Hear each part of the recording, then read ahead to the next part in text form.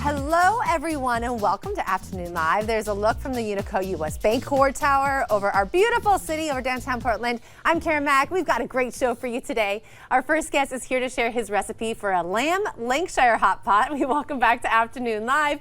Chef Jake Bedosic is here with us. Hello. Hi. Did I say that right? My name or the dish?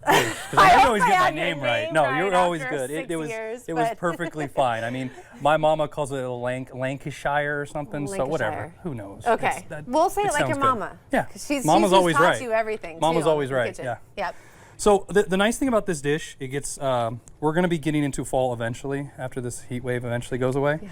But it's a one pot dish. Okay. You know me. Usually I do dishes that are pretty fast. This is a 3-hour dish. But it's very front heavy, and then you walk away and you come back a couple hours later, your house smells good, and it's delicious. It's like the slow cooker, but not a slow cooker. Exactly. Okay. It's like if you took, shepherd's pie. Yes. Instead of you made us once a great shepherd's pie, yeah. So this is scalloped potatoes on top instead. And we're using lamb because I like lamb. I think a lot of people need to get some of those more gamey meats sometimes and try them out. Okay. But bone-in lamb is also in this too. So this is a bone-in like roast to get that flavor, but also make sure your guests be able to pull those bones out and don't eat them. I'm looking at this lamb. So how do you pick out your meat? Always, as I said, get a good friend who's a butcher or go to the butcher shop and get to know them. They'll give you good cuts. These are bone-in chops. We have about 4 here. I try to get them uniform. Of course, sometimes you're going to get a small one on the end. But you want them uniform because when you pile the potatoes on top, you want it to sort of sit evenly. Okay. Okay. So what we're going to first do is we've seasoned this flour with salt and pepper. But as we know, we always season our food as we go. So we're going to season this lamb a little bit more. And don't be afraid because the meat can take this salt and pepper, okay? Okay, is that kosher? This is kosher flake salt. Okay. Okay, sea salt's always a higher salinity, so I don't always love to use it. But we've put about 2 tablespoons of olive oil in the pot. We've already got it heating. And the reason we want to dust this is going to help bring up almost like a roux. It's also going to help brown your lamb, okay? Okay. So we're going to dust all sides, and we're going to throw this in, and we want this to brown for about 4 to 5 minutes. Okay. And the reason is the darker you get it browned without burning it, you're going to develop more flavors, okay? That's the trick. How do you know what's going on underneath there? Well, you're going to watch it. Yeah, you can check it. We're cooking live now, and so we want to make sure that this part's good. Once it's in the oven, we're done. So as long as we didn't burn it before that, we're fine. Okay. Okay? But see, here's the deal. Like, I always pick up my meat a little too early, and then it's stuck on the bottom, and you know what I mean? Yeah, just walk away. Just walk away. Sometimes just walk away. And that's why we've given you other little things to do right now, keep me busy, so we can walk away while this side is going, okay? Okay. So over here, we have a mandolin, and since we're going to have the potatoes on top, we should probably slice some of those first. Okay. That is set at a 1/4 inch thickness. You can do a 1/4 inch to 3/8 of an inch. I've never used one before. I will say it's fun. It is dangerous, so be very careful. Okay. You're just going to slide through, and you're going to go pretty fast. You make me nervous. Right there. Like that. And you're going to swipe as fast as you can until you run out of potato and stop. Yep. And you're going to set it down and probably do another Next one. one. No cutting myself in this kitchen. No. So while you're doing that, I'm going to check this lamb. Like I said, you can move it around a bit. We have some fat in here. We're going to let that start to get brown. It's still a little opaque, so we're going to let that sit and turn up the heat a bit, okay? I'm focusing. I have no idea what you just said. You're doing a great job. Yes. You're doing a great job. The nice thing is this combines all the ingredients of a traditional a traditional pot roast. We have some beef stock. You can use lamb stock. You can use chicken stock if you wanted something a little lighter. That is fine. You can add beer and mustard and some other accompaniments if you really wanted to. But I think we are good on potatoes. You did a great job. I can't believe it just sliced that much. Yeah, well, you're fast. There's only 4 of them. It's fast. Huh. So next thing we're going to do is this is all the herbs we're going to use. We have about 3 sprigs of thyme. Okay. 2 sprigs of rosemary, 3 fresh bay leaves, and a sprig of sage. Okay. You're going to take that whole bundle. You're going to set it under, and you're going to tie it all together, almost like a tea bag. Okay. And the reason we want to do this is because we're going to throw this all in the pot, and you want to be able to remove it for your guests so they're not picking through stems or anything, or you're trying to dig for this later. Do I do tight? That's it. Double you can knot? do it 1 more knot, yeah, Okay. and that'll hold it, and we should be fine there. Boom. So as you're starting to see, we do have some nice browning coming on here.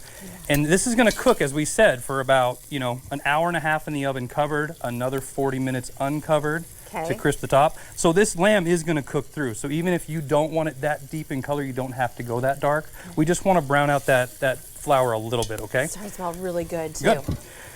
So what we have now going is we have our herbs ready, we have our potatoes ready. We are still going to use this, so do not move or get rid of this flour, okay? We've dusted with it. We've melted about 2 tablespoons of butter. We have 1 whole onion diced or sliced, about 2 carrots, and some garlic minced, okay? Did you use the mandolin on the carrots too? I did not. Okay. That was my chef knife skills, as we know. So we've cooked these, you know, about 4 minutes. We should be good because we have enough browning in here. We're going to set these aside just for a second. Okay. Let them rest a little bit. And we're going to add our onion now, all of it. Smells so good. We're going to add all of our carrots. If you want to dump that garlic in there for me, that'd be perfect. Oh, the garlic, yep. Yes, please. Give this a little bit of mix around. Let's season our food. As always, we know we want it to taste good, not the butter yet. We'll do some salt and pepper. Exactly. And essentially, you're going to get all these flavors developing now. Okay. So now that we'll let this cook, you know, another about 30, 40 seconds. You don't want to overcook them. Same thing, you want them to get a little bit of color, but they're going to cook in the oven for a while. So we can actually add our flour because we have enough fat in there. And we're going to be building on that roux. Okay. Because we want this to sort of thicken up and have some oomph to it, okay? Yeah. How does your son, he's now 2, right? He's almost 2. Almost 2. Is he enjoying your cooking? He loves my cooking. I found it funny. He the other day was sucking on a whole jalapeno. You know, my kids like heat. But there is a difference in heat. He likes, you know, the more Hispanic heat. Okay. And my other daughter, Adeline, my 5-year-old, loves Asian-style heat. And there's a different type of chilies. And it's funny, but he was eating ancho chili rubbed duck the other night. And you know my kids, they get pretty spoiled with good food. Yeah, they do. But I want them to have that good palate too. And so if it was his birthday, what will he say that he wants for his birthday? Well, if he would talk, because he says more mom, dad, and Nana, essentially. More is everything. So he would just say more and point at something. It's probably milk, cake, and some form of meat. He loves lamb. I cooked this the other night for him to practice, of course, because practice makes perfect. Yeah. And he devoured this dish, which is a great feeling. Yes, it is. Okay, so as you see, we get some brown bits on the bottom of this. We are going to now take our 2 cups of beef stock. I have also added 2 tablespoons of Worcestershire, you know, that fun word in here. Word to say and we're gonna add this. You're gonna feel it sizzle a little bit off there. And all we want to do is we want to get those bits off the bottom now. So we will stir this. And don't be afraid if it looks thin at first. This is going to thicken over time. We have flour in here. We've built a roux. We have fat. And this is all going to develop together too and cook. And as you smell that, yeah, it smells amazing. This is going to make your house smell terrific all day if you cook this. Okay, especially in the oven for a couple hours, and exactly. So as what we want to do next, we want to bring this up to a simmer. Okay, we are going to throw this directly in the middle. And the reason I put this in the middle is because when you go to dish, it is easier to find too. Because once you have everything in here, it's not going to move on you unless you're doing what I did, driving over here and bringing, you know, the fancy dancy magic finish product. Yes, it might be moved. We might have to dig for this, but it's right in the middle, so we know when we serve it that's where it is. So when you serve, you know you can pull it out. So as we wait for this to bring to a simmer, we're going to start adding everything back in and putting layers on this. Okay. And so you're like digging it to the bottom. You want to dig it in the bottom. You want to make sure there's some juice on it, so it comes up about halfway. That helps braise the meat really well, but also it just helps everything settle in. You don't mind if some onions are going to come to the top. You don't mind if some are on the bottom. Some will burn, some will caramelize, and it'll help develop a little bit of nuances with all of them. Oh, yeah. Okay? So now that this is coming up to a simmer, we essentially are set to start potatoing. Okay. So if you want to bring that whole cutting board over, and me and you can start layering this. I have this same cutting board. Well, cut goes a great thing, right? Sure. Exactly. So what we'll do, and have you ever done scalloped potatoes before? Yes. Okay. So we just want to go around here. And here's the thing, this is home cooking. We don't need this to be the most beautiful thing on the planet. We still want it to look good, but we are just gonna essentially cover this whole dish. If you're afraid of it being a little too hot, people pull it off the side, but this is just barely simmering and it's a deep Dutch oven, so we have some room.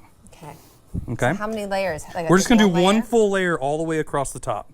And these potatoes will start to sink on themselves, they will fall, and they will cook, and they will also golden brown on the top, because what we're gonna do is we're gonna take that leftover butter we have on the side, and we're gonna brush that we melted earlier. Oh, yeah. And we're gonna brush this over the top. And the reason is we wanna add some more flavor, because as we know, fat is flavor, right? Oh, butter's a lot. Butter is a great thing, and you know, I love butter. But the last part is is we want to make sure that this is going to crisp up a little bit more. My 5-year-old tries to sneak butter. That's good. Like I find little scoops, like finger scoops in our butter all the time. Like, what is she putting that on? Nothing. Nope. Now, if you have excess potatoes like we do, you can always put these in some water, store them in your fridge. That'll help pull some of the starch out. You can fry them up and make some other things later. Yeah. Okay?